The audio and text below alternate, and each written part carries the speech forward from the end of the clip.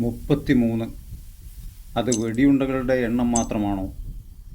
അല്ലെങ്കിൽ തീത്തുപ്പിയ ഒരു കാലം അസ്തമിച്ചതിൻ്റെ കാരണമാണോ?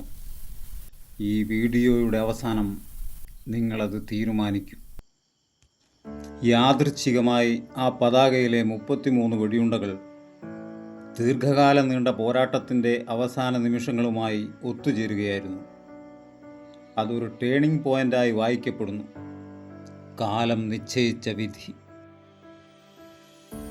ശ്രീലങ്കയുടെ വടക്കു ഭാഗത്തുള്ള ജാഫ്ന ജില്ലയിൽ വെൽവെട്ടിത്തുറൈ എന്ന തീരദേശ പട്ടണത്തിൽ ഒരുപാട് പേരുടെ ജീവിതം ഇനി പഴയതുപോലെ ആയിരിക്കില്ല എന്നറിയാതെ LTT തുടക്കം കുറിച്ചു. വേലുപ്പിള്ളി പ്രഭാകരൻ, കുട്ടിമണി, ജഗൻ, ചെല്ലക്കിളി, ശങ്കർ എന്നിവരായിരുന്നു സംഘടനയുടെ തുടക്കം കുറിച്ചത്. നടുക്ക് അലറുന്ന നരിയും ഗുണനാകൃതിയിൽ ചേർത്ത് വെച്ച തോക്കുകളും പുറത്ത് വൃത്താകൃതിയിൽ കൃത്യം 33 വെടിയുണ്ടകളുമായിരുന്നു അവരുടെ പതാകയിലെ ചിഹ്നം. 33 വെടിയുണ്ടകൾ.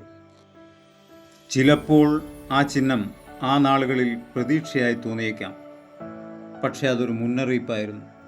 ചില കാര്യങ്ങൾ അങ്ങനെയാണ്.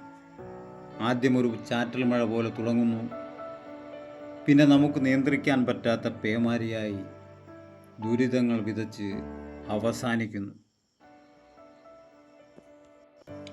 പലായനം ചെയ്ത ആയിരക്കണക്കിന് കുടുംബങ്ങൾ, ക്യാമ്പുകളിൽ, ഷെൽട്ടറുകളിൽ വർഷങ്ങൾ ചെലവഴിക്കേണ്ടി വന്ന ജീവിതങ്ങൾ, അടഞ്ഞുപോയ സ്കൂളുകൾ, മുറിച്ചു മാറ്റപ്പെട്ട വിദ്യാഭ്യാസം, ബാല്യം പലർക്കും നേരത്തെ തീർന്നുപോയിരുന്നു.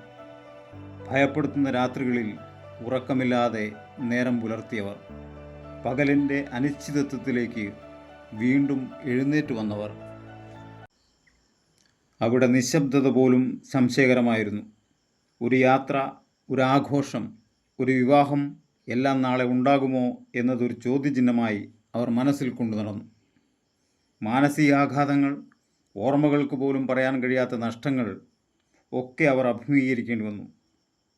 താൽക്കാലികം എന്ന വാക്ക് ജീവിതത്തിൻ്റെ പര്യായമായി തീർന്ന ഇടങ്ങൾ.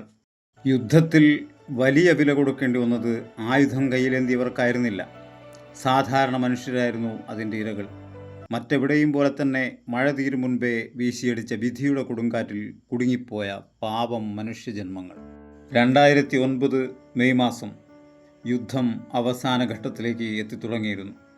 2009 മെയ് 18 മുല്ലത്തീവ് ജില്ലയിലെ മുള്ളിവായ്ക്കൽ എന്ന സ്ഥലത്ത് വെച്ച് LTTE നാമാവശേഷമായി.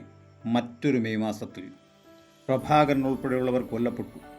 1976 തുടങ്ങി 2009 വരെ അവർ അടരാടിയത് 33 വർഷമായിരുന്നു.